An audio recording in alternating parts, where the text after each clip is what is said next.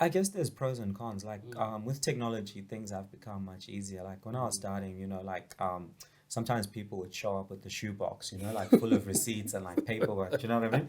That you had to organize and file and scan. Oh man, and that was just time consuming.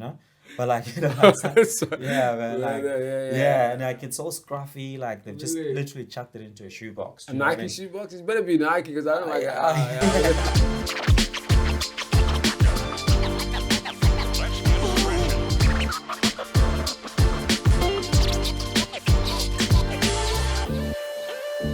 Welcome to the second episode of Black Wealth Connect.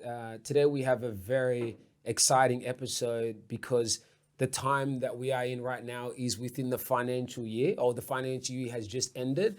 So the big talk around town is we're focusing on tax. Everybody wants to know how they can maximize their tax return for 2022. I think this is the time within finance that is very important. And to be able to dive more into that, I do have a specialist around tax, which is one of my brothers and somebody that I've known for a very long time. And when I reached out to him, it was nothing but love. So I really appreciate you coming out. And I'm definitely going to introduce him very soon. But just before we dive into that, when we do talk about tax itself, we've gone through so many things right now, COVID, and there's a lot going on in the community, and people are trying to figure out what they can do with the tax return. It's a bit confusing at the moment. So I think that this episode is very important because we can clarify a lot of things around that. So without any further ado, I want to introduce my brother. As I mentioned, I've known him for a very long time. He's very, we go back in time, and this was a very exciting episode for me. So CJ, brother, thank you very much and welcome to Black Wealth Connect. Thank you, man. Like I'm excited to be here, like I'm loving what you're doing, so it's a pleasure. It's an honor to be here. I appreciate it, man. Just before we dive into things, I want to just first of all say that you are a very big inspiration. I know we've talked a lot on the phone about a lot of things that you've done. So I just want to give you a rose and say that you've inspired me a lot without you even knowing.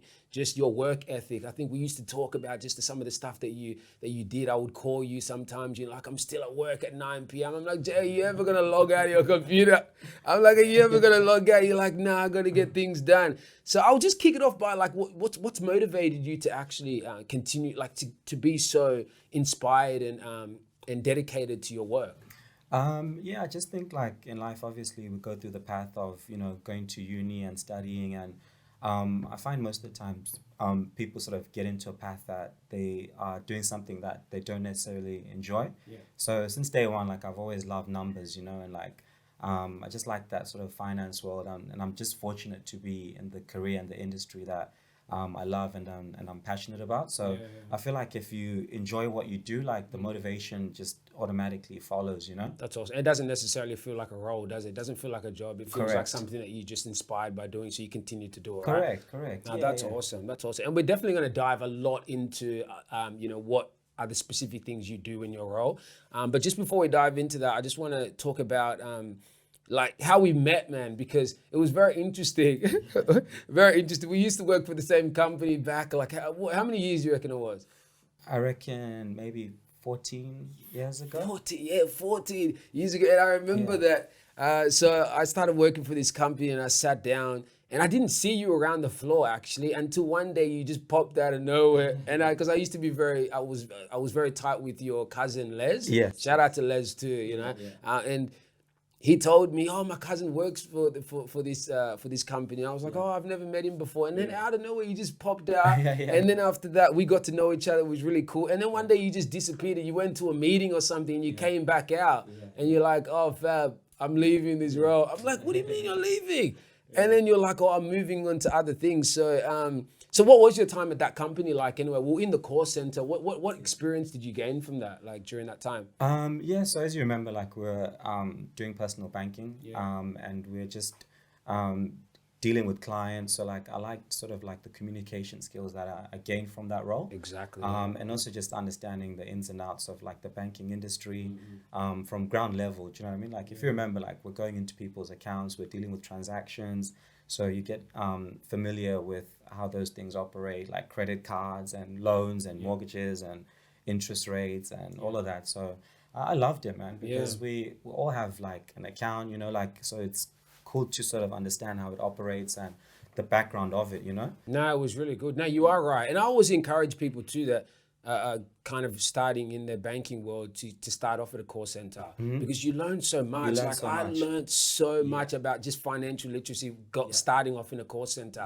Like as you mentioned, like credit cards, interest rates, you know, term deposits. What do all these things mean that we never learn in school? So to go into a whole nother world where you see those things, it's very like, it's very eye-opening. So let's talk about your childhood, man. So it's confusing, man. Like sometimes I hear you got a UK accent, you got an Aussie accent, bro. What's going on? So what was your upbringing? Because I know that you did live in the UK at one stage. Were you born there, or what was it like? No. So my background is Zimbabwean. So I was born in Zimbabwe. Oh, I didn't know that. Okay. Yeah. And then, you know, as a teen, I moved to the UK with my family. We migrated to the UK. Things were getting bad in Zimbabwe. As you know, we won't. That's another topic. You know, we'll get into that. We'll get into it. But things were good, you know. And then they started to turn. And then my dad just sort of directed that move to the UK just for better opportunities. So in the UK, I did my high school. I was brought up in Leicester. And from a young age, like I've always enjoyed like maths. So maths has always been like my strongest subject. So to me, like just crunching numbers, it just feels like a puzzle to me, you know. Like it's fun, you know? That famous quote, crunching numbers. Yeah, we're going to talk about that later. So that's awesome. So you grew up in Leicester. Yeah, I grew up in Leicester. So how long were you in the UK? So okay, just give us the time frame. So how long were you in Zimbabwe? You were born there, then you moved to the UK. What age did you move to the UK? 15. Yeah, when we moved to the 15. UK. Yeah, so you were living in teen. Africa for 15 years. Yeah. Damn. So you know what you remember it like crazy. Yeah, very well. Yeah, I grew up there. Yeah. That is so. I had no idea you lived there for that long. Yeah, wow. Yeah, and then in the UK. You lived... Yeah, and then in the UK I was there for about 8 years or so. Yeah. And then now Australia. So I feel like I've lived like a third of my life in Zimbabwe, Africa, a third in the UK, and now a third in Australia. So that is crazy. That's probably the reason for my accent being diluted, you know. So I've been around people, you know. I've been around people with American accents like yourself. Do you know what I mean? No, I don't have American accent. Come on, man. I got Aussie accent. I don't have American. Yeah, no, that's crazy. Yeah. So did you? So what? I mean, what country? Just off record, like you know, it's probably definitely not one of the questions. But what country did you enjoy the most, like living in? Did you like the UK? Yeah. Like I feel like the UK raised me, and like, you know, when you're going through your teenage years, I feel like those years like mold you into you know, who you become as an adult. But I feel equally like each country had an influence on who I am today. Do you know what I mean? Like that's crazy. Like, you know, like in Africa, like I got those sort of like traditional values instilled in me.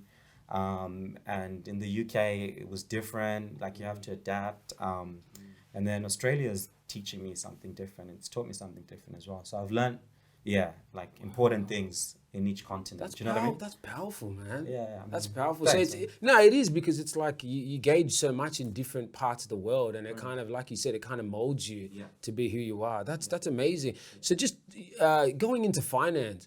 So like, what got you into finance, man? I've never asked you this question because, you know, it's not something that typically everybody, you know, like I know that you did say that you've always liked maths, you've always liked numbers and things like that, right? Yeah. But then were you doing anything that is related to finance in the UK or anything? Were you working a finance job or did you? Yeah, so in the UK, I mean, in high school, like I was saying, like my strongest subjects were maths and business studies. Okay. And I was just strong in those subjects. So when I spoke to the career advisors, like they were suggesting, like, look, if you enjoy those subjects, like best sort of career path is probably to go into accounting. Okay, gotcha. So at that point, I started to put my focus into getting into a university that offered like a good sort of a accounting and finance degree. Yeah. And that university was Manchester, so Manchester Metropolitan University. Yeah. So they had a business school there. And and like Manchester was great because it gave me an opportunity to leave home because that was the only opportunity I could, just to get out of home. You know, as a teen, like you can't just wait to get out and like explore the world. You just want to get out and do your own thing. Yeah. And like the uni culture in the UK, like it's fun. Do you know what I mean? Like I see that on TV. I'm just like, man, why are you here, man? You should have. That's awesome. Yeah, so like I guess from there, like I just learned to have that motto of just working hard and playing hard. You know? Working hard and playing hard. Yeah. And you definitely do work hard. Yeah. So would you just say that you being in the banking field, as we mentioned that we work for the same company, did that kind of set you up? Like I know that within what we were doing, it was just more term deposits, bank, like credit cards and things like that. Yeah. Did that also set you up to then become an accountant? Do you feel like going into the banking space helped you? Yeah. I mean, when I arrived when I arrived in Australia, I obviously was holding this accounting and finance degree from the UK. So Gotcha, yeah. my first motive was to apply for a job, right? As an accountant. Yeah. But what I found with employers was that they preferred sort of like people with domestic qualifications, which is understandable because as an accountant, there's a tax element of it. Yeah. So obviously, if you're approaching an employer and they're saying, "Yo, I'm from the UK, I've got this accounting and finance degree," they're like, "Okay, but you don't know, or you don't have tax knowledge of Australia, like UK tax, not Australian tax." So I was like, "Cool, let me just leave that aside and let me just get into the banking industry." Whilst at the back of my mind, I always knew that my goal was to go into accounting. Accounting, yeah. But then I did think that sort of working for a big bank, as we did, would also open up doors. Right? Like who knows what doors it was going to open, but I knew it was sort of like the direction that I wanted to go. Yeah. Yeah, that's amazing because like accounting is such a unique part of banking, a lot of people either want to do, roles within credit or they want to become like, whatever the case may be. But being an accountant has always had that label to be like, you need to be like this super smart person. That's just the label. And you do like, because when you're dealing with numbers all day, if you get something wrong, then you could potentially, screw up something quite bad. So you need to be very switched on all the time. So that's very inspiring what you've been able to do. So I really want to just switch gears and talk more about accounting in general, right? And what the role itself consists of. So to break it down, as simple as you can, because this is an educational tool for people to kind of understand. So what is the role of an accountant and what do they do on a day-to-day basis? What you do as an accountant is you are reporting the income of whoever it is, like whether it's an individual or whether it's a company or a small business. So you're reporting and you're saying, okay, this entity has earned this amount of income, and you're submitting that to the ATO. So you're kind of like working for the government in a way, like, I mean, in the field that I'm in, we're sort of, the government's sort of like middleman between us and your individual or your company, just to make sure that people are reporting things correctly and paying the correct amount of tax or claiming the right amount of deduction. So in simple terms, that's pretty much what it is. Do you know what I mean? It's all about reporting. Yeah. And what's your day-to-day look like? Are you just walking in the office and just, I know that you don't crunch numbers anymore, your favorite quote. I know you don't do that every day now, but I mean, what was it like? Just, you can even give me a quick breakdown of what was it like maybe when you first started up until now? Like, were you crunching numbers a lot when you were like, as a junior accountant? Yeah, so you start off as a junior accountant and you pretty much are working with a portfolio. So that portfolio could consist of maybe 100 clients, right? So within that sort of pot of clients, you've got your day-to-day individuals, like could be anyone like working at the bank or whatever, or your cleaner or whatever it is. And you've got your small businesses, you've got companies, you've got trusts, you've got super funds. So the great thing I liked about the first sort of role I was in was that I had the exposure of dealing with so many entities. So any entity you can think of, we dealt with it. So it helped me understand firstly how that entity is set up and how it's structured and how the ins and outs work, so that I come in and then I can have a look at it and I know how to extract the data from that entity, put it into a tax return and submit it to the ATO. Like I said, like you're the middleman, do you know what I mean? The middle person, Yeah. And what was the difference between that and now being an actual accounting manager? So you're teaching more people now about like some of the stuff that you have learned as a junior, and you're kind of instilling that into other people. Is that what your kind of role is now? It's a very hybrid role because the knowledge that I've gained over the years has now put me in a position where I can sort of receive something from the other accountants and review it and sort of like correct it if it's wrong. I help them understand how to do it right. So you're kind of teaching and reviewing and just managing them as well, So Got you. You're managing people at the same time. You're managing clients. You're the face of the company. Do you know what I mean? So it's all about client relations, communications, and also obviously the technical side of things, which is the accounting and knowing your tax in and out. So at your level, you can't get things wrong anymore. Like, because once you review it, Exactly. that you're the kind of the gate. You know what I mean? Before they can open the gate, it's like, okay, CJ needs to review it, Yeah. and then they can open the gate and they can go through. Yeah. Correct. Damn. So I'm the one who turns up and sort of presents it to the client. Do you know what I mean? And say, this is done, it's final. Like, any questions you have, I'll answer them. I'll explain anything. You know? Yeah. Just on that, with just quickly, like, your mindset, because when you're dealing with numbers and people's personal circumstances in terms of like their businesses and things like that, right? Like, what's your mindset every day? You kind of really do need to be quite switched on, right? Like, you going into work, you need to be on go time, because if something goes wrong, you're kind of held accountable for that. Correct. Yeah. And it's also like the sort of your employer as well. Like, I'm representing them as well, you know? Yeah, definitely. Through the structure that they've set up.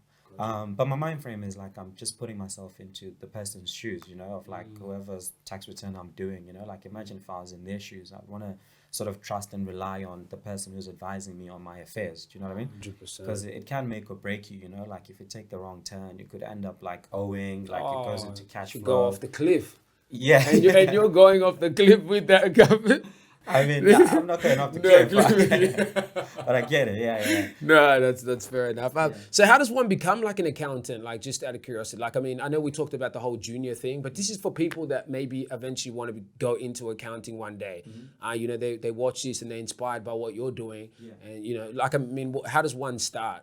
I guess the most common and traditional path is doing an accounting degree. So that degree could be combined with something else if you're doing a double degree. So it could be accounting and finance or accounting and business and commerce or whatever it is. But you need those core sort of like accounting elements within your studies for you to sort of approach an accounting firm or whichever direction you want to go in the accounting world to be employed. So yeah, you do need the qualifications. Some employers want you to have a bit of experience, maybe vocational or whatever it is. Yeah. It depends on the employer. Got you. Yeah. What do you reckon the difference is, like, from when you started an accountant as a junior up until you now being an accounting manager? So do you feel like doing tax is much easier now than what it was before? Because has the softwares developed? Are you using more advanced spreadsheets? Like, or was it much more difficult back then as opposed to what it is now? I guess there's pros and cons. Like, with technology, things have become much easier. Like when I was starting, you know, like, sometimes people would show up with the shoebox, you know, like full of receipts and like paperwork, you know what I mean? That you had to organize and file and scan. Oh man, and that was just time consuming, you know? But like, you know, yeah, man, like, yeah, and like it's all scruffy, like they've just literally chucked it into a shoebox. A Nike shoebox? It better be Nike, because I don't like it. No, but that's interesting, and you had to go through all that stuff and wow. Like not only go through it, but also identify it and like organize it by date, by description, by amount. Do you know what I mean? Because that's the data that you're trying to extract from it, so that you can sort of compile it so that it makes sense. But they could chuck everything in there and like it could not be in the right financial year. Do you know what I mean? So you have to sort of look at those things. But I feel like that sort of basic like grind, like it helps you later on, because with technology things sometimes become too easy, you know. Got you. You know, technology is always there, but like you can't sort of be like be reliant on it too much, because sometimes it can fail. Correct. Sometimes you need a human eye on it, you know. Yeah. Just quickly before we actually start diving into like, I want to start moving into like tax, who can lodge tax returns and things like that. But just quickly before we dive into that, I want to understand the difference between an accountant and someone that can do like their tax return, right? So look, I know that accountants generally do tax returns, but I feel like nowadays, because of MyGov and things like that, a lot of people are able to do the tax by themselves, right? Which we're going to dive into, but I'm just going to give you an example. Someone like in H&R Block, right?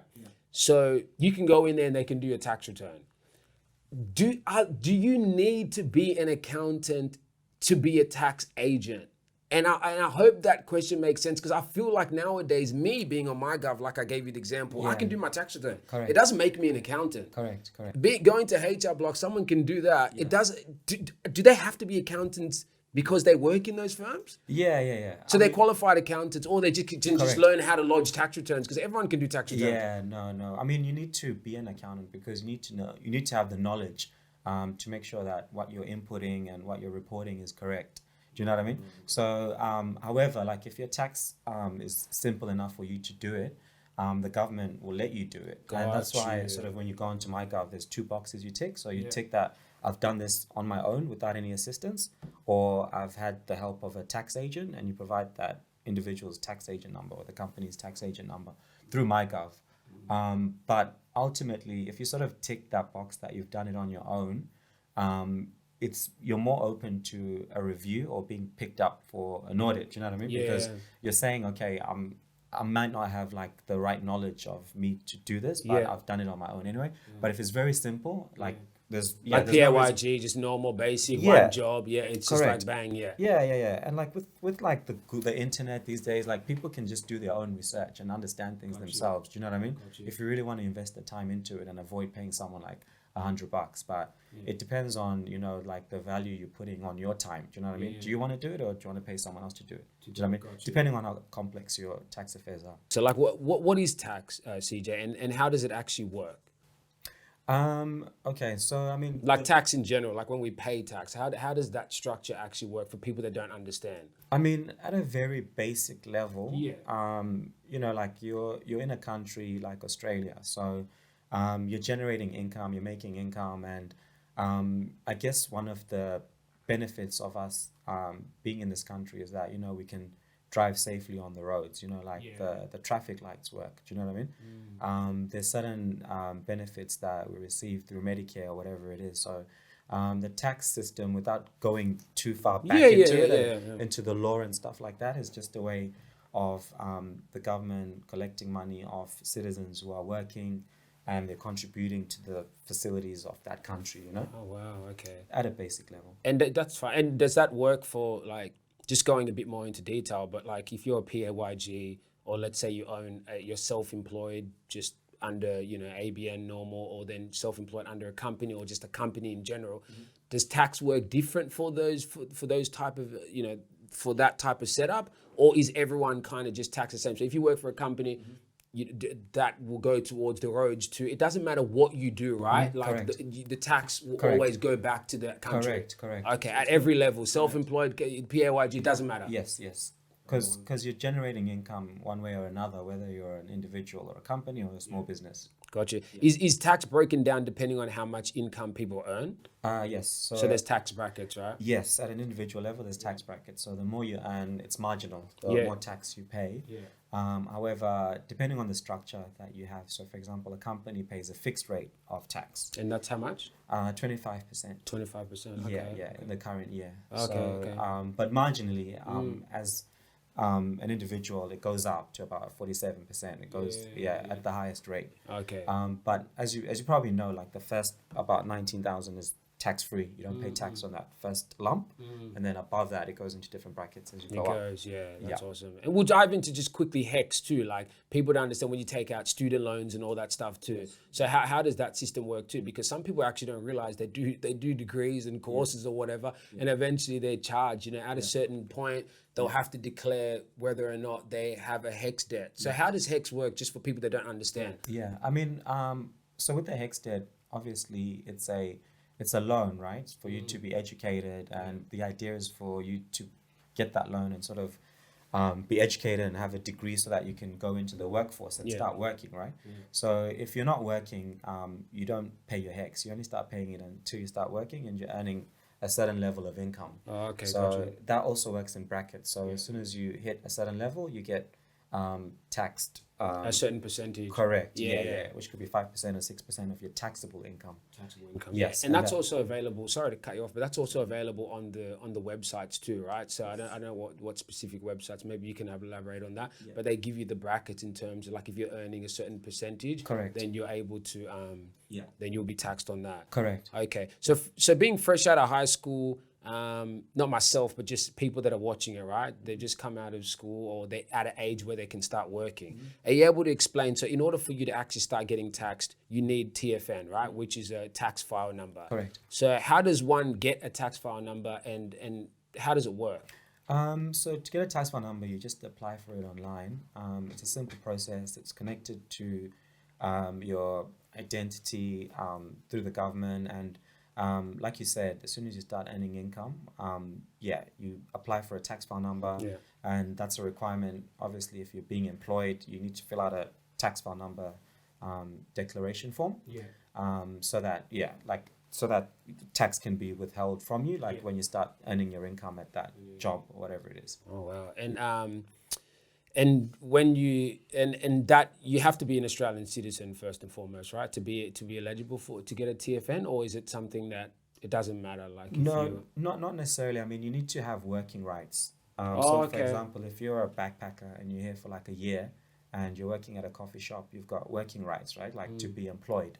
So as soon as you are employed and you're working in Australia, you can apply for a tax file number. So it's based on your working rights or your visa. On your visa, so you don't necessarily need to be like an Australian. So at any stage you can't hold two tax file numbers, because some people might think, okay, if I work PAYG, which is your 9 to 5 jobs, like your retails, for people that are watching, retails, or just the basic jobs that you do on an everyday basis, versus somebody being like owning a company or anything like that, right? So you can't hold a TFN for your PAYG and a TFN potentially for your company, right? You only get ever at one stage of your life or a one tax file number, right?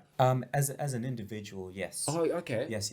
But a company is a separate entity. So a company has got nothing to do with you as an individual. As an individual, okay. It exists on its own accord. So a company would have its own tax file number. Yeah. But you as an individual can only have one tax file number for your life. You've got that one number. So how does that work if you start a company with people?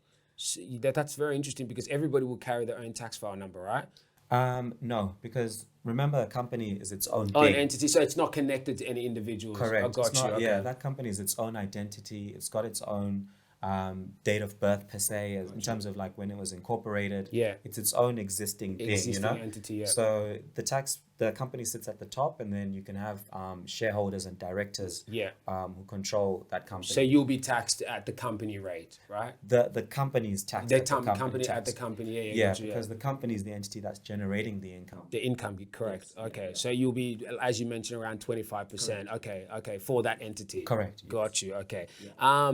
So with tax file numbers, what else can they be used for? Because I know there's things along the lines of you potentially finding your super and things like that. Is that what it's connected to? Like if for example, you don't know where your super is and things like that, is that a way you can actually, with that tax file number, way to actually find out where lost super is and things like that? Yeah, definitely. Okay. Over time, I mean, they've made it easier. So you can jump on MyGov and you can literally find your lost super through MyGov. The process used to be a bit different. It was very difficult before. That's right. But now it's all connected, because if you have a superannuation fund, you provide your tax file number, so it connects. It's all identified that way. Yeah. Now that we're on to MyGov, you've mentioned, so it does connect. What other things does it connect? MyGov, does it actually connect an individual to? Because before, like you mentioned, it was so difficult to find your super and find any of these things. Are you able to just explain what the service MyGov actually provides for people? Yeah. So MyGov is pretty much populating as much data as possible, just to make it easier for you to file your return. So, for example, your employment details are already on there, because obviously you provide your tax file number to your employer. So as soon as 30 June hits, within about 14 to 28 days, your employment details are on there. So as you remember back in the day, you'd have to group collect certificates and all that. Painful. Right? Yeah, and find them, right? Yeah. And if you're working at different jobs, it will be a hassle. Do you know what I mean? But if you work 10 jobs, you have to wait for 10 group certificates. Exactly. One will come quick, you have to wait for the other one. But sorry to cut you off. It was annoying. Yeah, but now as soon as that populates, you can pretty much file your return, as long as you don't have any other income to declare, or as long as you have all your information, you can do your return straight away. Gotcha. So it streamlined the process. Gotcha. With TFNs, there's also things such as ABNs and ACNs and things like that, right? Which, if you're self-employed, you have an ABN. Yeah. If you own a company or an ACN, just to break it down, they actually stand for something. ABN means Australian business number, ACN, Australian company number. So at what stage do you actually get access to ABNs and ACNs, and how do people set those up for people that might not know? Yeah. Especially there's a lot of entrepreneurs, people starting businesses these days. Like, you need to know these things, that we're not, PAYG is not really, it is big, it's a big part of your life now, but you see there's so many people doing amazing things. You're making money off TikTok, you're making money off Instagram. Like, a lot of people need to realize that this is not a PAYG job. Correct. You're technically self-employed. Exactly. So how do you actually set up these facilities, and what do they actually mean? Yeah, so an ABN is required, as you said, firstly, if you're a sole trader, so just talking from an individual level. So if I was to start up my own cleaning business, let's say I was a cleaner and I've been employed for 5 years, but now I want to do my own thing. First thing I'm going to do is have my ABN, and that ABN means I can set up a business. I am a business entity. I've got a business name, CJ Cleaning Services. Yeah. I'm my own boss. Yeah. So that ABN is the way my business is identified by people who are going to be paying me, right? Because I'm providing a service. Yeah. So if someone's paying me, they have an expense, right? A deduction or a business expense, Gotcha. which is a cleaning service, right? So on this side, it's a deduction because it's coming out from them and you're being paid here. So to you, it's income, and that income is recognized through your ABN. So it's tracking the movement of transactions between different types of and as you mentioned, there's also the ACN, Australian company number. So the ACN is sort of a company's identity. It's almost like its date of birth, because it sort of details when that company was incorporated, when you set it up, and every company needs an ACN. However, not all companies need an ABN because it depends on whether they're operating a business or whether they're generating income. Gotcha. So if a company has been set up and it's not generating income, then it doesn't need an ABN. Okay. It can just sit there with an ACN. ACN. But you need to remember as well, like, there's cost of having a company. So for it to exist, like, you need to pay an annual fee. You know, like it's registered. It's registered. Yeah. So how much would an annual fee be approximately? Because does it vary? Does it change, or it doesn't change? It does change. Okay. I think at the moment it's like $267 a year. Yeah. Okay. So around the $260 a year, and that's just for it to be active. Yeah. And if you don't pay that and like you sort of miss the fees, like it can get deregistered. Yeah. And that means it can't operate. Yeah. Okay. Yeah, it can't trade or anything. And are you able to break down with GST, which is good services tax, right? Yes, yeah. I knew I had it in the back of my head somewhere because I did. Yeah. So are you able to explain how GST works and when somebody would register for GST? Yes. So if you're an individual, obviously you're not operating a business. So if you're a sole trader or any other entity that's opening a business, if your turnover is above $75,000, then you need to register for GST. So let's say I'm a barber and I'm sort of cutting hair at home, right? Like through my ABN. So if my turnover is under 75K, I charge you, $50 for a cut, right? Yeah. But then as soon as I start hitting over 75K, I need to charge you $55 for a cut because I'm now collecting GST, and then I'm sort of paying it to the government and remitting it to the government. Okay. Because I'm now at a level of turnover where I'm now operating at a certain level that I need to start paying the tax to the government. So how much would GST approximately be that they have to pay? And how often do they have to pay GST? So GST it's 10%. Okay. But remember, if you're operating a business, you've got income and you've got expenses. So you're collecting GST on all those invoices, right? Of charging people for your cut. Okay. However, I am claiming GST back on all my expenses. You're getting GST. Okay. On my expenses. On your expenses. Yeah, on my expenditure. Yeah. Got you. So if I buy a clipper for like $110, it has $10 GST on it. I'm going to claim that GST back. Wow. Okay. Yes. A lot of people don't know this stuff. Yeah. Because whoever's selling me the clipper is probably operating at above 75K. That's why they're registered for GST. So when they give me an invoice, it actually breaks it down. It says it's the clipper is $100.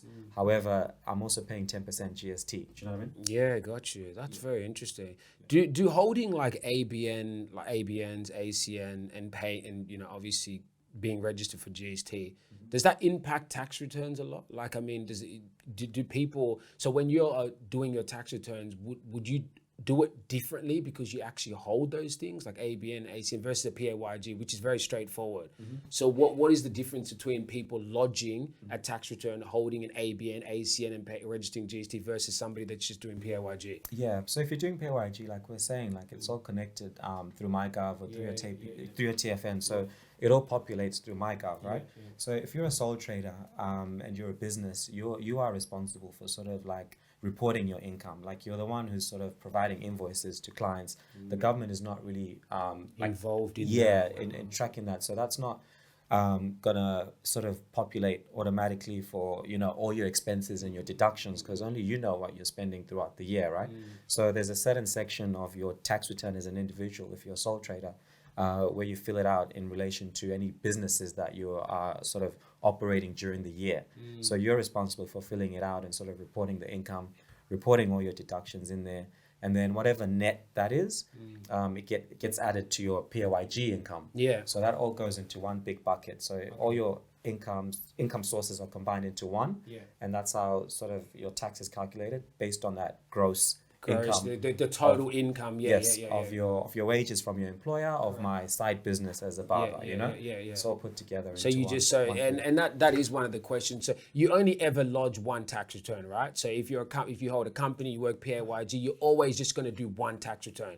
You don't do separate tax returns. Am I correct? If you're an individual and you're also a sole trader and you've got an ABN, that's one return. But remember how we said a company has got its own identity. Yeah. It's its own living thing. Do you know what I mean? Yeah. So that lodges its own tax return. The company, you lodge a company tax return, and you lodge an individual tax return if you have a company. If you own a company. Yes, you're responsible for doing a separate return. Individuals and sole traders have got their own tax rate as well. I think sometimes like people could get very confused with that, and especially when you talk about like people, if you're a sole trader, you need to be able to kind of do everything on your own, right? Versus someone with PAYG, you know how everything's generated through MyGov. A lot of people might not always know how to handle that, especially because you can open up a business at any given time, right? It doesn't mean you have the financial literacy behind understanding how it is to keep your own receipts. You keep a track of how much income you're earning. That's not easy to learn all that stuff. So do you see a lot of people get those type of things wrong when 100%. you 100%. It's often quite often. Yeah. I mean, a lot of times, like people start a business and they feel like they can figure things out themselves, right?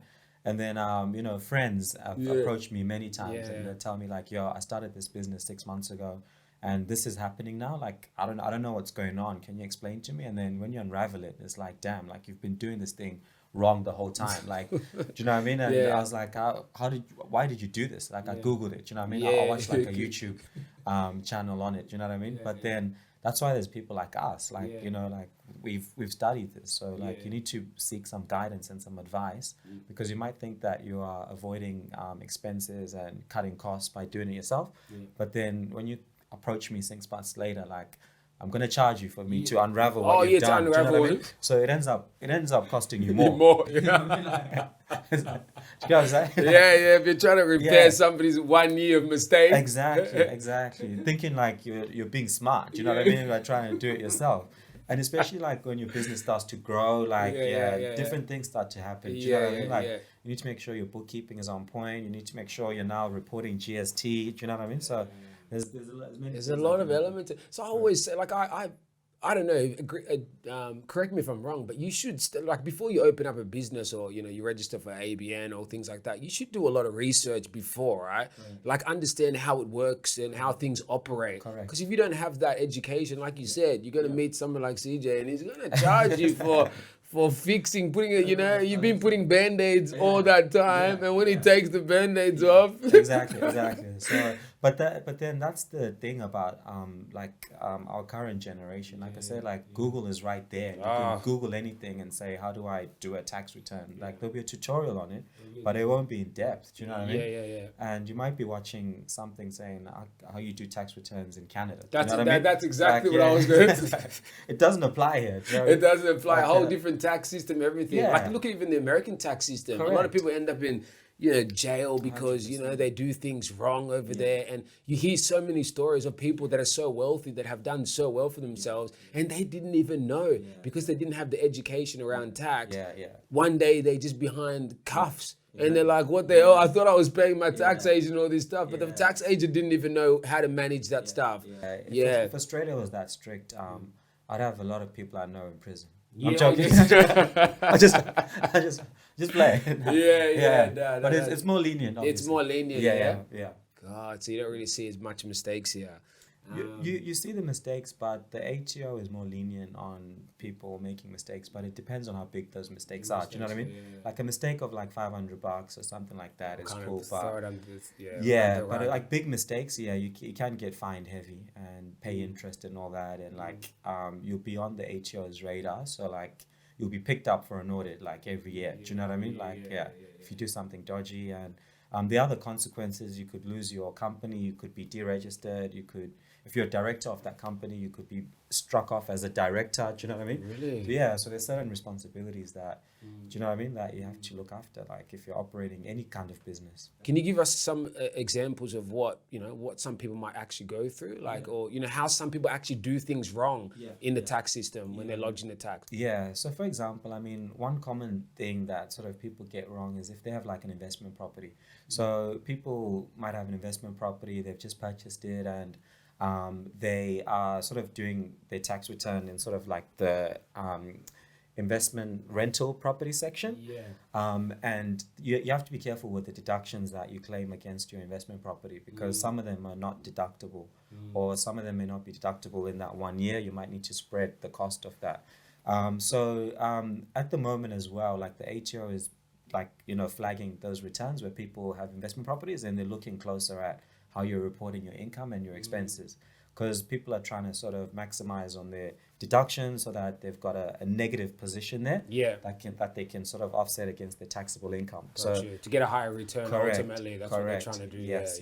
So obviously the ATO has picked up on that, and that's one error that is easily made. So if you do have an investment property, like you really need like someone with sort of like tax background just to have a look, just to make sure that you're doing the right thing, because you'll be on the ATO's radar for sure. All right, they'll be sniping you down too. They a lot of them don't miss too. Just on that too, like as we just as we are on the error subject, COVID-19 is a big thing, right? A lot of businesses claimed a lot of how the incentives that the government were giving out, the $10,000 grants, whatever grants.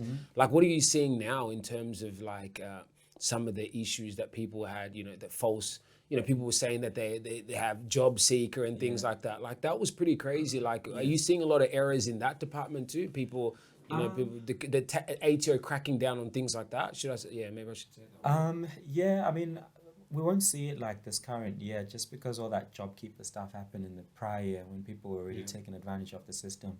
But to be honest, I think it was just too big for them to sort of like track down and correct. So I think a lot of people would have gotten away with it. But at the end of the day, like the government funded a lot of grants like to help the economy and stuff like that. And it's come to a point where I guess we've sort of crossed that hurdle. And now the government needs to sort of try get that money back in one way or another, So now they're just being a bit stricter, like they're flagging things that they wouldn't usually flag, and picking more people up for reviews and things like that. And as well, like working from home, like it sort of opened that door to claim a lot of things. So we're going to dive into. So when you give people a little piece of string, they want to keep pulling it. They'll keep pulling it to the very end. So the government is aware of those areas where people can take advantage. They are starting to look closer at those things just to make sure people are not. Wow. Okay. So now that's very interesting. So we're definitely gonna start talking now about people. As we mentioned, we just ended the financial year. Now we're in a new financial year. So the people that are in the process of lodging tax returns, I want to dive a lot into that now, because as you just mentioned, a lot of people working from home, a lot of confusion. What can I lodge? What can't I lodge? There's so many things that are going on. Back in the days, it was very simple. People work PAYG, they go do whatever they need to do. Self-employed companies, whatever, they knew the structure. Now it's very confusing. So are you able to break down, just before we get into that, for people that don't even understand, when is the financial year? And when does it start and when does it end? Because some people think it's from January to December 31st. You never know. Hey, these are for people that don't fully understand. There's fresh out of high school, they might not know this information. So are you able to break down the financial year? So 1 July to 30 June is the financial year. Okay. So pretty much you're reporting any income or any deductions or costs that you've incurred between that period. Okay, awesome. Now, who needs to lodge a tax return in Australia? So anyone who's earned income up to a certain level. So as we mentioned before, that tax-free threshold is about $19,000. Yeah. So if you haven't earned that much, you don't have to lodge a tax return as long as the income you've earned didn't have any tax withholding on it. Perfect. But if it did have a tax withheld amount on it, then you would want to lodge a return because you're reporting that I've earned income, let's say, of $10,000. $500 of tax has been withheld from me, and then you're lodging a return to say my tax should be zero because, like I said, it's tax free. Yeah. But your employer has withheld $500, so you would lodge it to get that $500 back as a refund. Awesome. And some people might, just because it's an educational platform, some people might have their first job, right? So they've just started their first job now. This is the first financial year that they're ever going into, right? That's just ended. So what are the different ways of lodging a tax return in Australia for people that are fresh out of high school, that don't fully understand, or just turned 16, got a job for the first time? So can they either do it on MyGov, or can they go see a tax agent? Is there any other ways? Like, how can they do that? I guess it depends on sort of like the complexity of your situation. Your situation, right? Yeah. So if you're an employee and you simply have worked at Macca's the whole year, it's unlikely that your situation will be complex for it to require you to see a tax agent because you're just going to work day by day. You're not really you don't really have any costs coming out of your pocket related to your employment.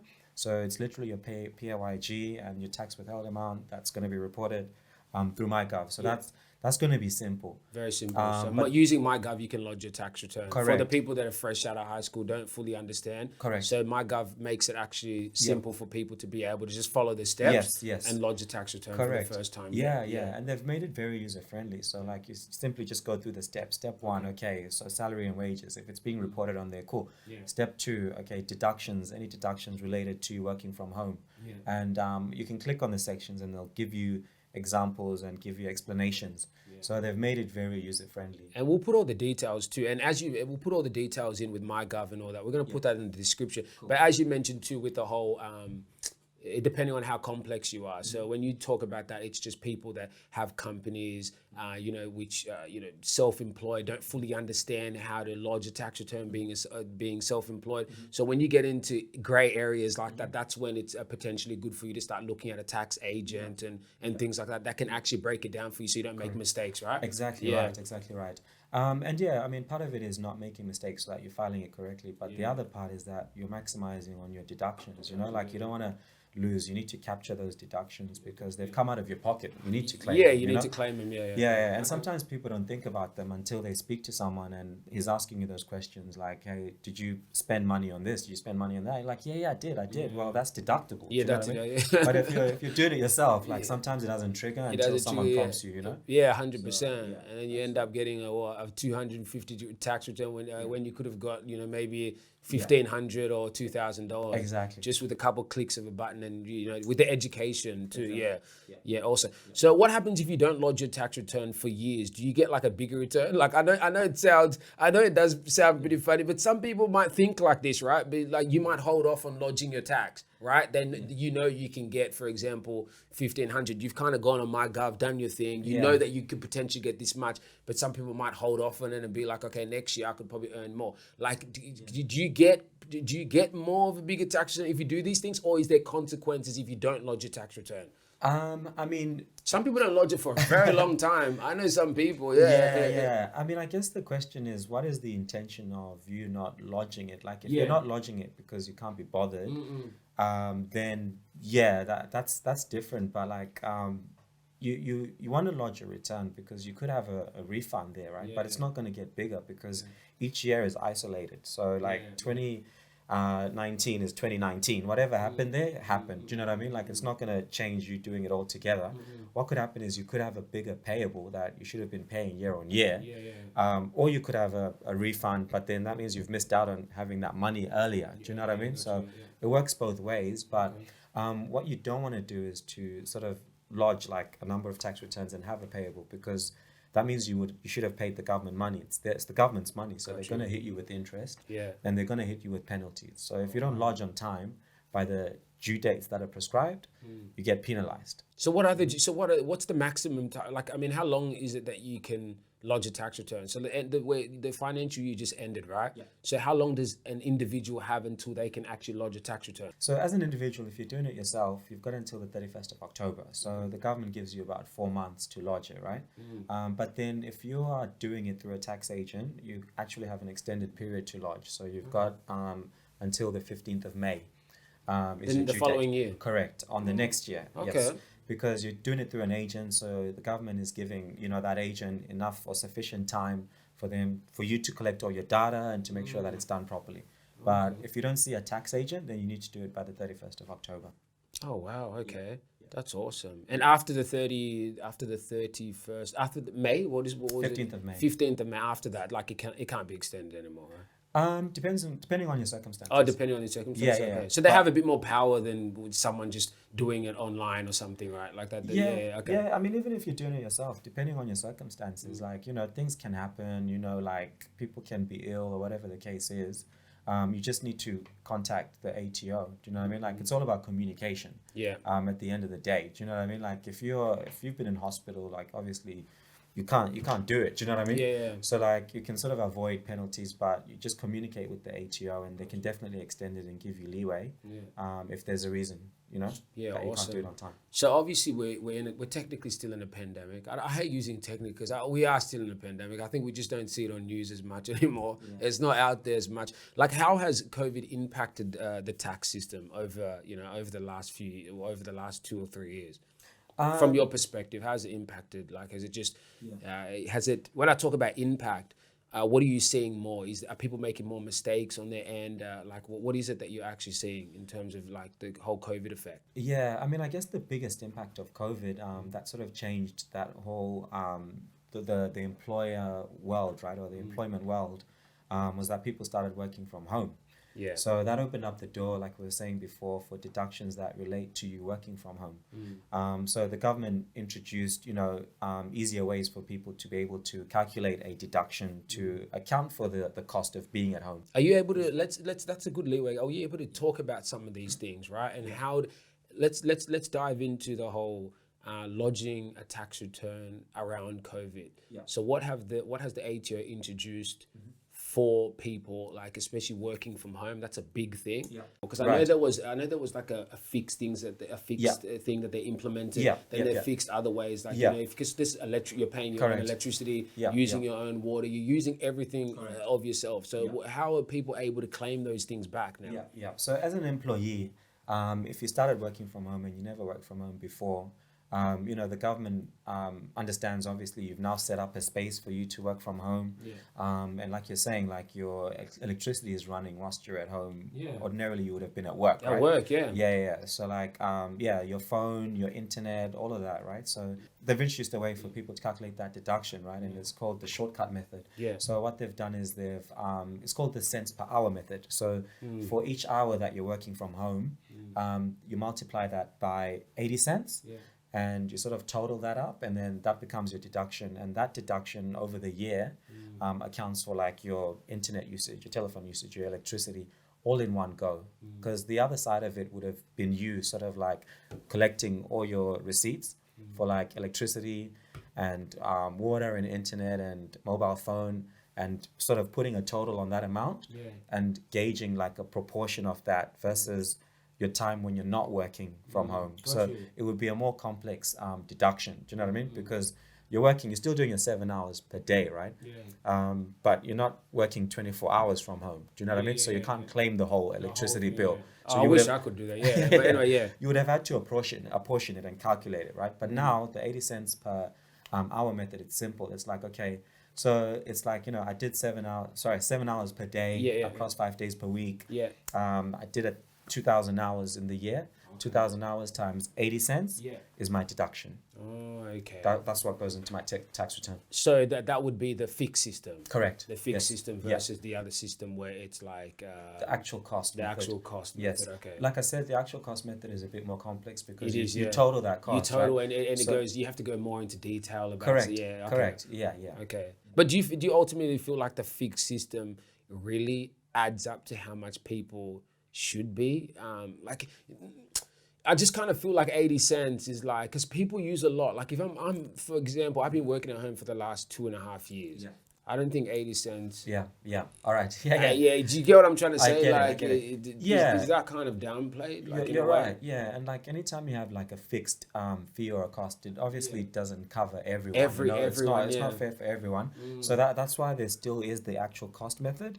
But like I said, it's gonna take you sort of spending more time calculating that actual cost. So for yourself, right, if you feel like that 80 cents is very low and it's not reflective of what you're really spending on your utilities, right, whilst at home, then do the actual cost method. But like I said, you'll need to put all your invoices together and you'll need to work out the proportion of you working from home versus you being at home. Do you know what I mean? Gotcha. So you're pretty much saying I'm claiming 7 hours out of 24 hours. Yeah. And I'm multiplying that as a proportion to my total electricity bill. Yeah. So you can do that. That option is there. Yeah. But you need to maintain your receipts and your invoices. So it's more effort to do that. Do you know what I mean? Gotcha. So come year end, you need to gather all that instead of just saying 80 cents times, the hours that I've worked. Yeah, and I guess it comes back to what we were talking to about education, because some people might not actually know how to do that. I'm glad that you've clarified that because you've made it very clear for people to understand. But some people might not fully understand how to do all those things where they might seek assistance, right? Yeah. So are there ways for people to kind of avoid owing tax? Like, for example, you might do something wrong. Like, these things, like not everybody in the world knows how to do these things, CJ, like you're very fortunate. Someone like myself, I can kind of gauge how to do these things, but not everyone can. So is there, like, would you say that if you do get stuck, the best thing to do is probably go and see a tax agent to avoid you? I know we talked about this before, but things such as 80 cents and all that thing, like, that system itself, is it better just to go see a tax agent if you completely don't understand how to do those things?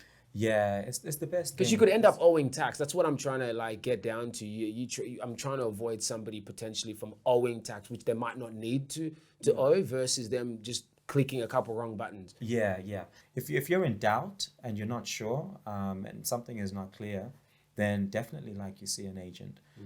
But I guess the government is lenient in the sense that they understand that they've introduced this sort of like self-assessment system where they're putting it into people's hands, right, to give them the option of doing their own return. So that's why they are lenient to say, okay, if you've made a mistake, we'll give you the opportunity to correct it and then resubmit your return. Yeah. And if your error is genuine and it's not too material, then they probably won't penalize you or anything like that. But like a $500 error is different to a $50,000 error. Do you know what I mean? 100%. Oh yeah, 50,000. You won't sleep at night for 50,000. You know the ATO is coming. Exactly. You could probably hear them coming in your head. Does it also just on that with the whole tax return, around the COVID and things like that? But does it also depend on what industry you work for, on what can be claimed and what can't be claimed?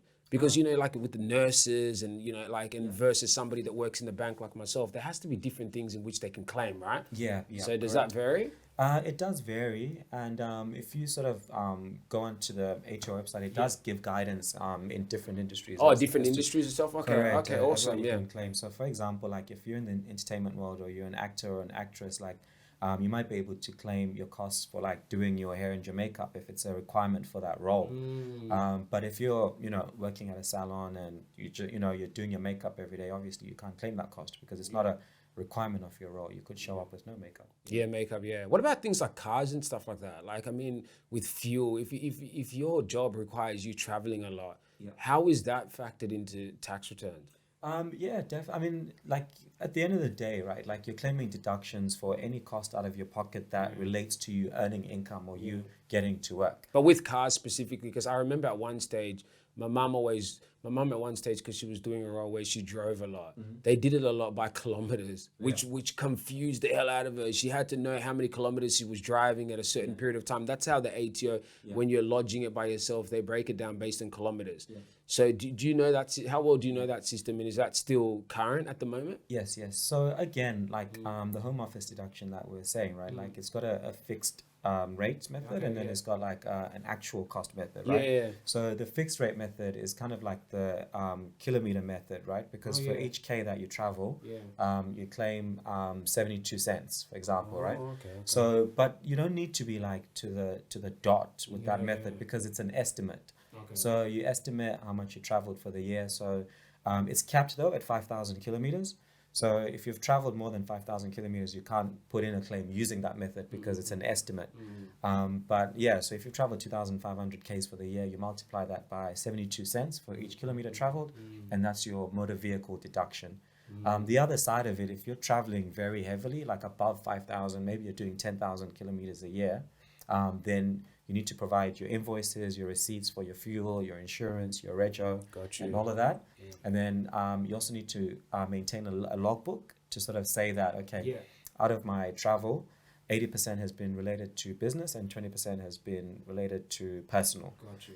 Because most times people, there's a personal element, do you know what I mean, like of you using that vehicle, unless it's a van or a ute, and it's literally 100% for business, for delivering bread every day or whatever it is.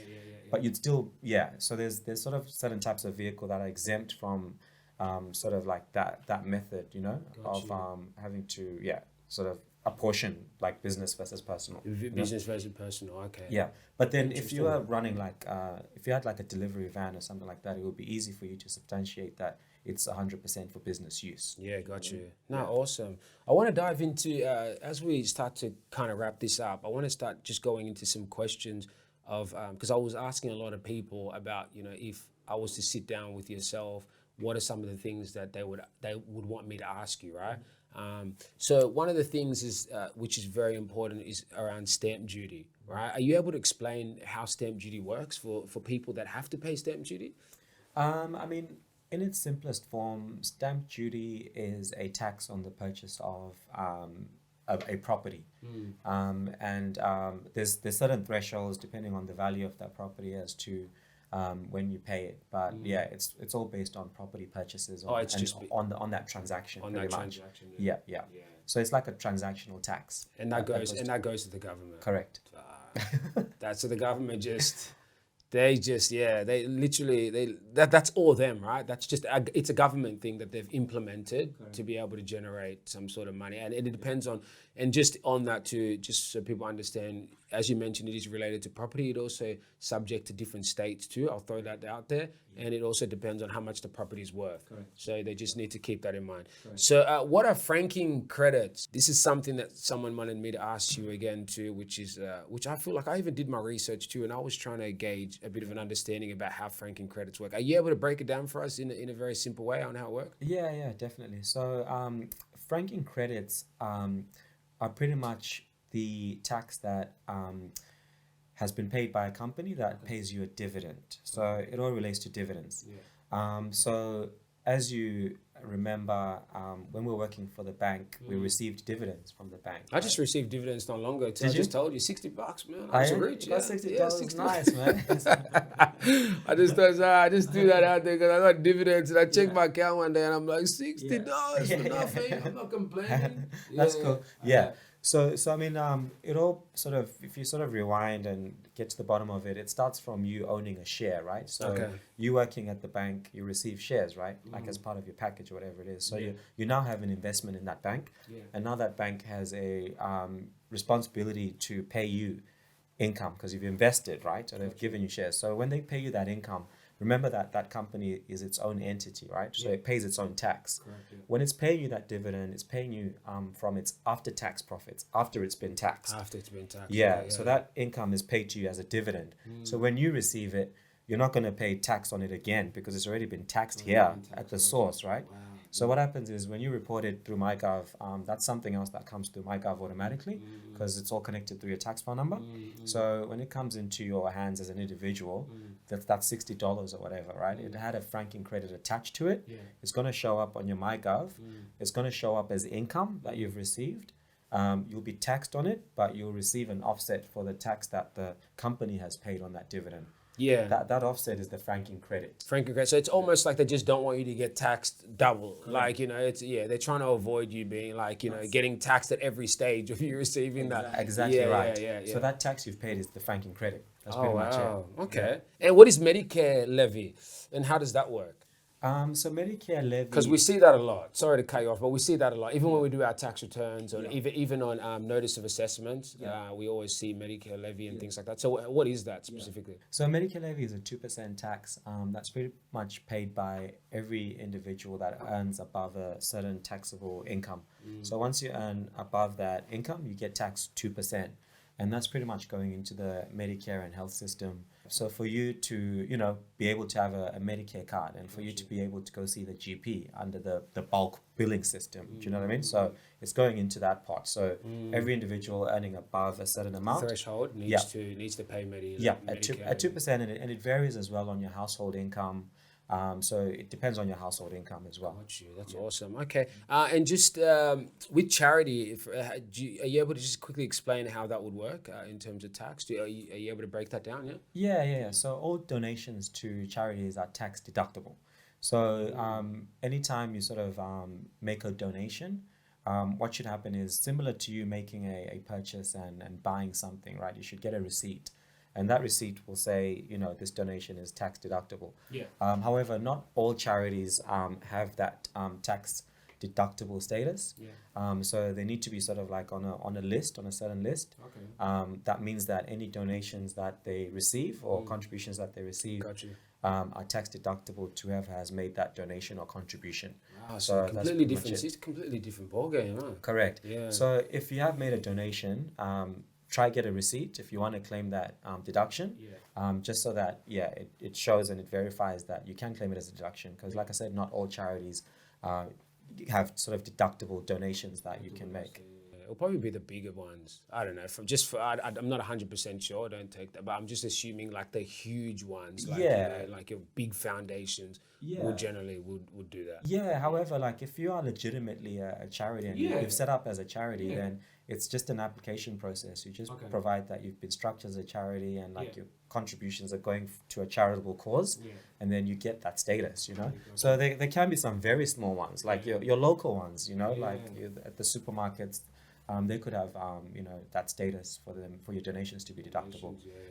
Not necessarily the big ones. Could be anyone. Okay, awesome. Just quickly going back before we wrap it up, but that how you were talking about how people could potentially owe $500,000 dollars in tax. Are you able to just talk about like if somebody does get into a situation where they owe a lot of tax and they can't sleep at night? I mean, what things can ATO put in place? Like, I mean, they do payment plans and things like that, right? Yeah, definitely. Definitely. Depending on the amount that is that question. Yeah. But majority. So it's either jail or payment plan. So there's You've got the option. You can't just say I don't want to pay it. Can't say that. So then, on a serious note, they have payment options, plan options. Yeah, and they're pretty lenient, and they've actually made it quite simple. So on MyGov, there's a section in MyGov. If you've got like a $5,000 tax bill or something like that, you can click in it, and it can literally approve your payment plan straight away. Yeah. And you can select sort of like the intervals. You can say, I want to pay monthly, whatever amount, so you can propose the amount that you want to pay, Got you. And it's usually 12 to 24 months you can get a payment plan. Okay. But just like any plan that you have, right? Like you need to pay it on specific dates each month. You can't miss a date. If you miss a date, you might default on the payment plan, just like you do like paying repayments on a mortgage, because it's money that you're owing that you need to pay back. at the end of the day. At the end of the day, you need to Yeah. pay back. Awesome, man. Rob, before we wrap this up, man, I wanna go into the fun part of the podcast because man, I've Right. enjoyed this. It's Cool. been very educational, even for myself. You know, like just understanding. I think I've called you up a couple of times about tax Yeah, at one yeah. stage when I've started companies, businesses before, and you did give me a lot of information. So I know you were definitely the right person, and just even just the way your confidence is when you talk about these things, it's inspiring, you know. And I hope this episode I don't hope, but I know a lot of people are going to learn from this episode, from a lot of the stuff that you've talked about. So just to go into the fun part of it, 3 questions. If you could go back to your 18-year-old self, right, and give yourself 3 pieces of advice about finance, what would they be? Or you could do 1 if you want. I know 3 might be a lot, but what would you have told yourself when you were 18? Unless you're still 18, I don't know, man. You tell me how you feel 18 or whatever. But yeah, what would you tell yourself? About finance. Yeah, about finance. Did you make mistakes around finance? Would you have done things differently when you were 18? Yeah. I mean, like What you know now if you were 18? Yeah. I mean, one thing is, I guess at that age, you just don't know what lies ahead, right? But I would have made more investments because or started sort of like saving to make more like investment purchases earlier. 100%. Obviously, like you've seen what's happened to the property market in Australia, right? Like, imagine like having invested in a property like 30 years ago or bought one. Do you know what I mean? Yeah. Think about it. Yeah. Exactly. Oh, you'll be wearing Louis everything. Yeah, exactly. Yeah, Nah, yeah. but I get what you're saying. You are right. It would have made a massive difference if we done it. Yeah. Okay. Yeah. So that's one thing you would have changed. You would have invested more. That's at in 18, hindsight. Yeah. Yeah. But then again, like with investments, like it could go one way or the other. Correct, Like you could yeah. lose. Do you know what I mean? But I guess it depends on like your thirst for like risk. You know. Correct. You know, like scared money makes no money. Do you know what I mean? Exactly. That's my quote. That's your Now, Yeah. 100%. I'm gonna use that. I'm stealing it from you. This is the first time I've heard it. I'm stealing it. At least I'm telling you, I'm stealing it from you. Okay. And what's one of your biggest financial failures, and what did you learn from that experience? Failures. Yeah, I mean we've all failed in something. Don't be ashamed. Just leak it out. Leak it out. What are one of the biggest things you? Failures. Did you get credit cards too early? Should you have not done this? And you figured that you. Yeah, I remember when I was working for the bank. If you remember, like we had a low rate of interest because we were employees, right? Yeah. So it was attractive to get that card, So I was young, and I think I took a card out. Yeah, we And go down the door. I went overseas, you know what I mean? I just splurged out. And I just had fun. I was like, you only live once. You know what I mean? Not knowing that you had to give it back. Yeah. Oh man, when I came back, I was doing overtime. You know what I mean? Like, I had to work weekends. I'm dead. You might have seen me on Sundays, guys. I was there. I had to grind to pay it back. Do you know what I mean? That overseas trip Yeah. set you up in the worst Yeah. way. Yeah, Because man. when you're living in the moment, you don't think of these Yeah. things. You're Yeah. celebrating. You just Oh, he wants celebrated, man. drinks. You just Swipe. just popping The bottles. swipe, but then before you know it, Exactly. So I came back to bill, but I think I paid it off in like 3 months or something like that. And from that day, I shut it. I never had a credit card. From that point, man. That's excellent, man. Closed it. Yeah, and you know what? A lot of young people are going to listen to this, and people are going through those mistakes now because you work for these financial institutions, and believe me, they package it up well for you. You're staff. You don't pay any fees. Exactly. Oh, I don't pay any fees. Exactly. I'm good, done. Yeah, I'm getting that. Give me the maximum Give me the borrowing. max. Yeah. Yeah. Okay, awesome.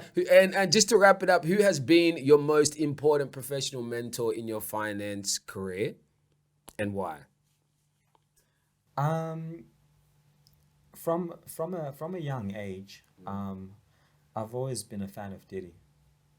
Oh wow! Puff Okay, Daddy. awesome. Yeah. Yeah. Very, very inspiring. Yeah. Like just like the paths that he took and like the moves that he made. Like I've always sort of like followed and watched his interviews and just like admired like his grind and his hustle and his work ethic. You've seen his stuff. Yeah, right? I've Like, seen his he's stuff. so, Yeah. so passionate, so motivated, and like like made some like amazing choices. You've seen like what he's done with Ciroc. Yes, Ciroc. And what he's even still doing now. Do you know what I mean? Like 100%. So inspirational. So inspirational, man. Like he just tapped into that world. And that's like, one guy I would love to interview. Like I've set up this because eventually one day I'm looking, and look, if he happens to see this one day, which I hope he does, it's definitely one person I want to interview, because these type of people are inspiring. They've done so much, and all they can provide to the world right now is just information. Correct. They got nothing else to give. They've achieved everything. Correct. So you know, why not give out those gems and help other people understand how they can elevate too in life.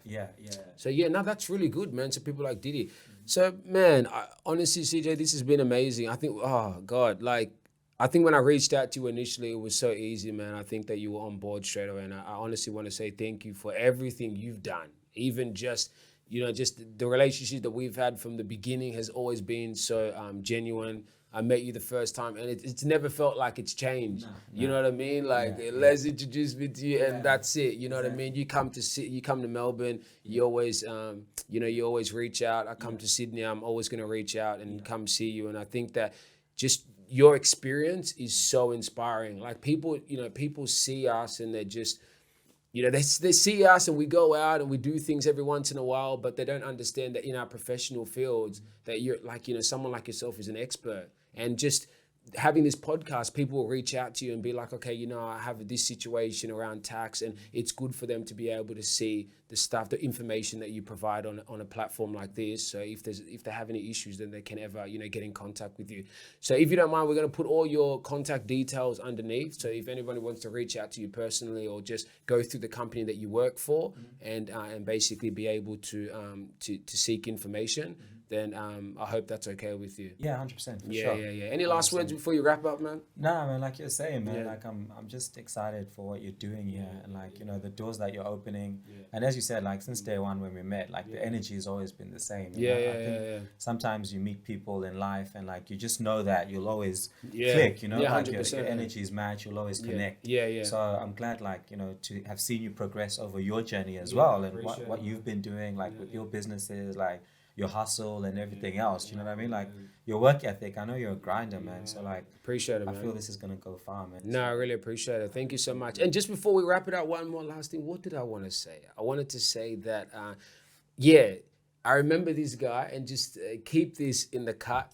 He told me, look, this is when you finished off at that first role we worked for at that time. You told me, I'm going to go on to become an accountant. This was like, what, God knows, 10 years ago or whatever. Yeah. You literally told me that's what you want to do. And bro, you are an accounting manager. Like, that is so inspiring. Like, you don't understand. A lot of people could tell you something in their life saying, I'm going to do something, but to actually go out there and do it and get to the top at your field, I want to give you roses for that, man. Thank you, like, man. You've inspired me, man. Like, just your working, grinding, doing everything. I know I've said that before, but you are truly an inspiration. And I just wanted to give you a roses before I wrap it up again. I've probably given you how many roses today?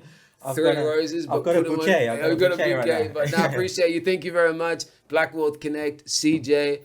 Thank you very much, brother. Thanks, man. It's a wrap.